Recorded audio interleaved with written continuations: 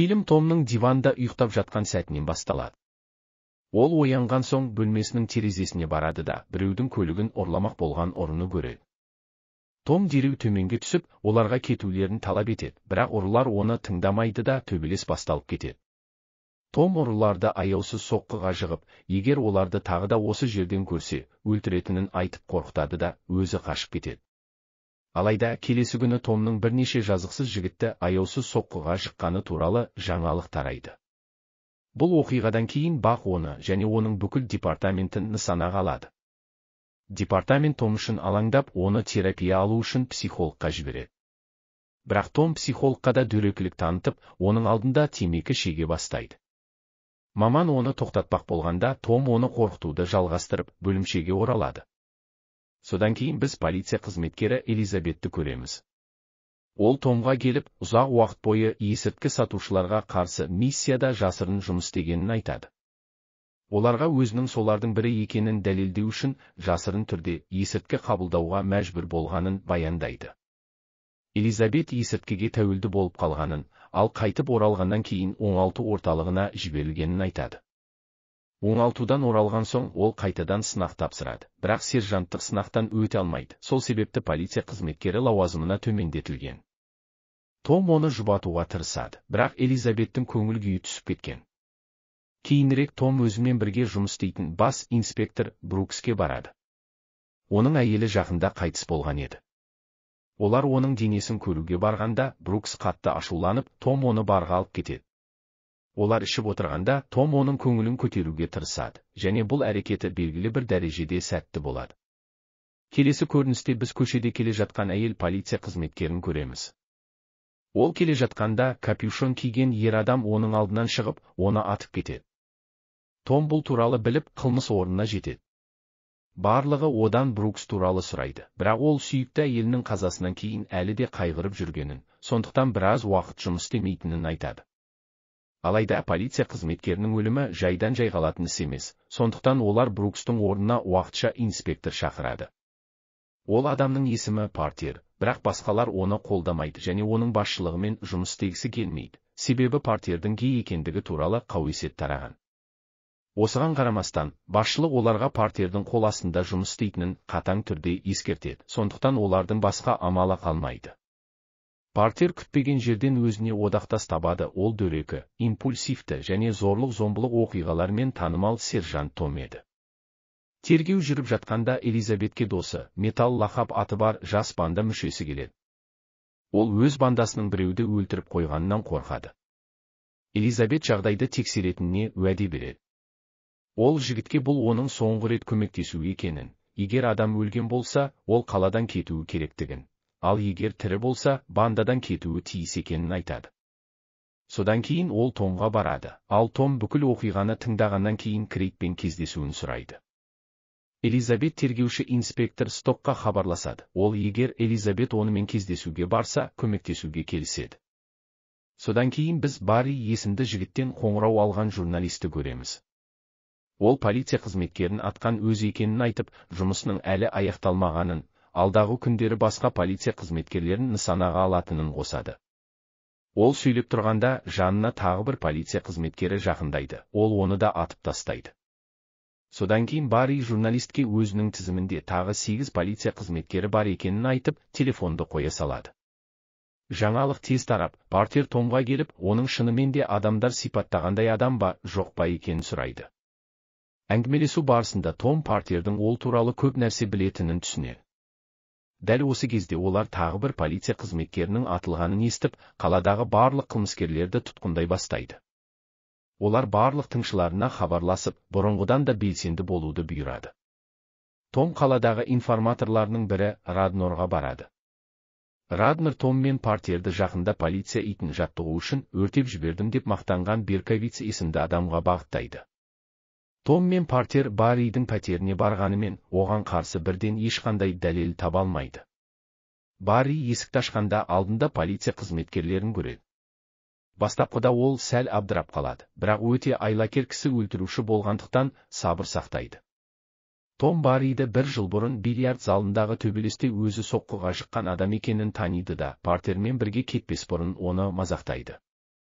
Екінші жағынан Барри бірден кейбір заттарын алып, оларды бір жерге жасыруға кетеді.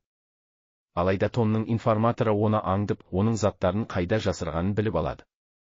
Раднер өз бетінше тергеу жүргізуге шешім қабылдап, ақырында Барридің өз қылмыстарынан қалған олжаларын сақтайтын, қараусыз қалған сияқты көрінетін көлікті табады. Бұл Барридің кісі өлтіруші екенін растайды. Осы оқиғалардың ортасында біз Брукстың ішімдік сатып алу үшін дүкенге барғанын көреміз. Сол кезде ол өз өмірін құртып жатқанын түсінеді де, жұмысқа оралуға шешім қабылдайды. Ол полиция бөлімшесіне келіп, жұмысына қайта кіріседі. Оны Барридің аңдып жүргенін көреміз. Сөйтсек, Барридің келесі нысанасы сол екен. Брукс үйіне қайтады, ал Барри оның соңынан ереді. Үйге кіргенде Барри оның есігін қағады. Брукс есікті ашқанда Барри оған шабуыл жасайды. Брукс өзі де полиция қызметкері болғандықтан төлесестен қашпайды. Ол қолына балға алады, бірақ онымен ұрмақ болғанда Барри қаруды жұлып алып, оны балғамен сансыз рет ұрады. Оны өлтіргеннен кейін, Брукстың үйінде теледидар көре бастайды, тіпті оның формасын ұрлап кетіп қалады. Барри қайтадан журналистке қоңырау шалып, үшінші полиция қызметкері Бруксты өлтіргенін айтады. Содан кейін журналистке келесі күні оның есімінің баспасөзде шығуын қалайтынын, және өзін Блиц деп атауын айтады. Осы уақытта Том Брукстың өлтірілгенін естіп, қатты күйзеледі, өйткені ол жақын досы еді. Екінші жағынан біз Барридің барлық заттарын көліктің жүксалғышына салып жатқанын көреміз. Томның информаторы осы уақыт бойы оны аңдып, барлық әрекеттерін бақылап отырған. Ол көлікке барып, Барридің заттарын көреді. Содан кейін информатор сол журналистке хабарласып, кісі өлтірушінің кім екенін дәлелдейтін барлық заттың орны үшін одан $50,000 сұрайды. Журналист келісіп, қайда бару керектігін сұрайды. Информатор оған автотұрақтың мекен-жайын береді. Журналист дереу сол жерге барады, ал информатор көліктегі заттарды көрсетеді. Журналист бәріне сене қоймайды, бірақ Брукстың формасын танып, оған ақша беруге келіседі. Осы уақытта Барри бәрін бақылап отырған еді, және маскүнемнің журналисті сол жерге алып келгенін көреді. Олар кетіп бара жатқанда Барри барлық заттарды басқа жерге алып кетеді. Элизабет Крейгке барып, анау жігіттің өлген-өлмегенін сұрайды, бірақ ол оның тірі екенін, тек жарақаттанғанын айтады. Содан кейін ол жігіттің әлі атын атамағанын қосады. Элизабет Крейгтен бұның орнына не істей алатынын сұрағанда, ол одан ештеңе қаламайтынын, тек келесі кеште бірге сусын ішуді ұсынатынын айтады. Элизабет бұған келіседі. Екінші жағынан, журналист информаторды барға алып келіп, оған барлық ақшаны береді. Содан кейін ол дәретханаға баруы керектігін айтады. Журналист одан кісі өлтірушінің атын айтуын сұрайды, бірақ ол дәретханадан шыққан соң айтатынын айтады. Ол дәретханаға кіргенде, сол барда оларды аңдып жүрген Барридің де отырғанын көреміз. Барри оның соңынан дәретханаға кіреді, ал қарт кісі өлтірушіні көргенде дірілдей бастайды. Ол өмірін сақтап қалуды жалынып, оның атын әлі ешкімге айтпағанын, сондықтан өлімге лайық емес екенін айтады. Бірақ Барри мейірімділік дегенді білмейді, және информаторды өлтіріп, $50,000 қашып кетеді. Журналист полицияға көлік туралы хабарлайды, бірақ олар оны бос табады. Том мен оның әріптесі Блицтің барлық құрбандары бұрын Барриді тұтқындаған полиция қызметкерлері екенін және Элизабеттің келесі құрбан болуы ықтимал екенін түсінеді. Элизабет Стоппен кездесуден үйіне оралғанда, оған Барри шабуыл жасайды, бірақ металл өзін құрбан етіп, оны құтқарады. Басталған төбелесте Барри Элизабетке қайта шабуыл жасамас бұрын полиция келіп жетеді. Том мен Партер оны ұстау үшін Барридің суретін баққа жариялауға шешім қабылдайды. Бұл ақыр соңында ұзақ қуғыннан кейін оның тұтқындалуына әкеледі. Өкінішке орай, оған қарсы нақты дәлелдер болмайды. Сондықтан 48 сағаттан кейін нәтиже бермеген тергеуден кейін полиция оны босатуға мәжбүр болады. Шыдамдары таусылған Том мен Партер Барриді алдау үшін жоспар құрады, өйткені оның бильярд залындағы төбелес үшін Томнан кек алғысы келетінін біледі. Осы уақытта Барри бас инспектор Брукстың жерлеу рәсіміне оның формасын киіп, жасырын кіріп алады.